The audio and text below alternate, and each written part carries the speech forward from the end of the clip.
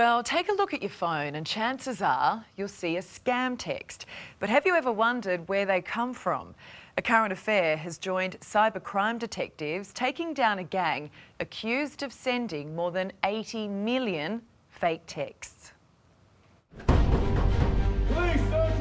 It'd be a safe bet that every one of us has been targeted. Scam text messages are the scourge that's impacting on our community.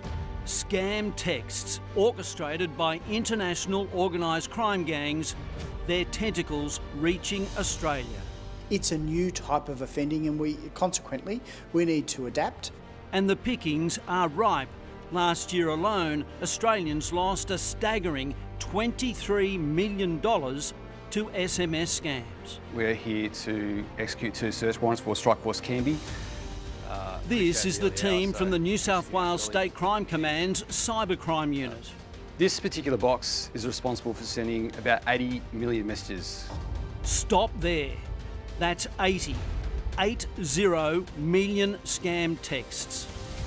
Locating this particular box has been problematic, but we finally got there and we're here to execute today. Literally, millions of Australians would have received the bogus messages.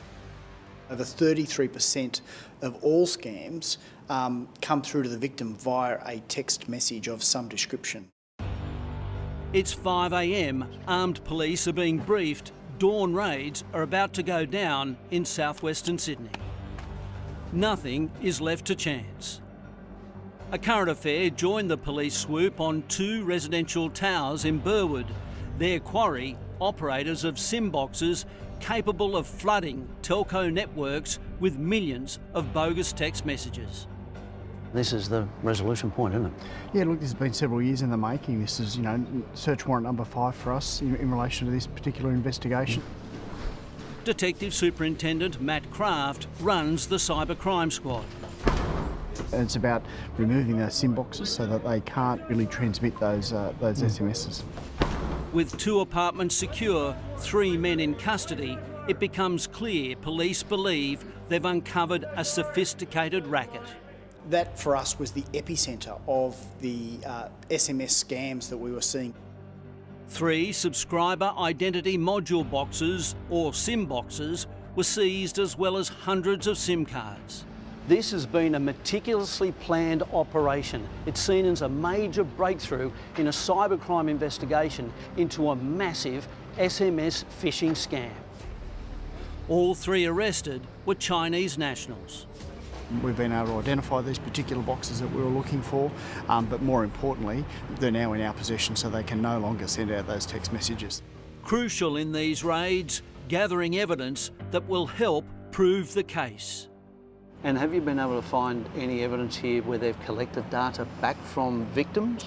Look, certainly at this stage, cursory, it's still early days, but we've certainly uncovered evidence which would suggest that they certainly have been harvesting and collecting personal identification information from all Australians, not just New South Wales residents, but right across Australia. Police allege the SIM boxes were running hot, using nearby telecommunications towers to distribute the scam texts. It had been a hotspot for a number of months. It's understood the bogus messages appear to have been sent by legitimate organisations such as MyGov, the Commonwealth Bank, Australia Post or Toll. The text messages are composed on a computer and then sent out through the SIM boxes. How do they make them look so real?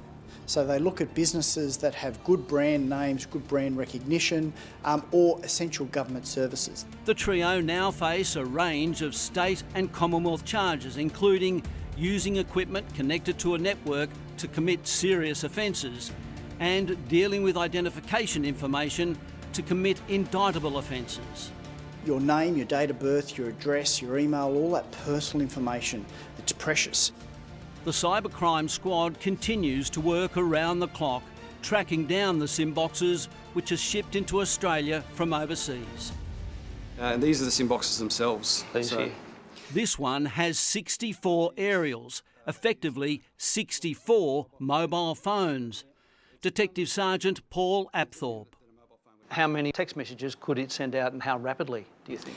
Yeah, so each of these can send them out between every 1 to 5 seconds. times 64, times however long it's operating. 24 hours a day, 7 days a week. Detectives are working closely with Australian telcos trying to block the text messages that are spewed out of these machines. But as soon as one site is closed down, another operation springs up.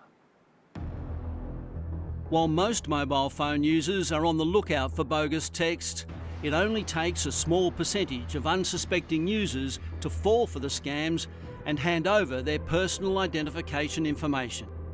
That information is then sold on the dark web.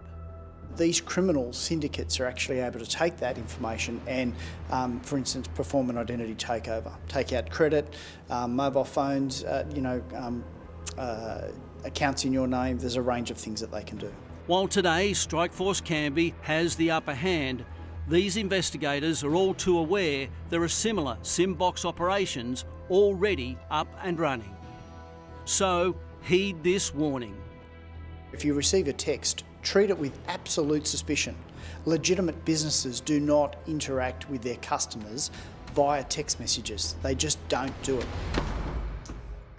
And all 3 men arrested will front court on Friday. If convicted, they'll face up to 10 years in jail.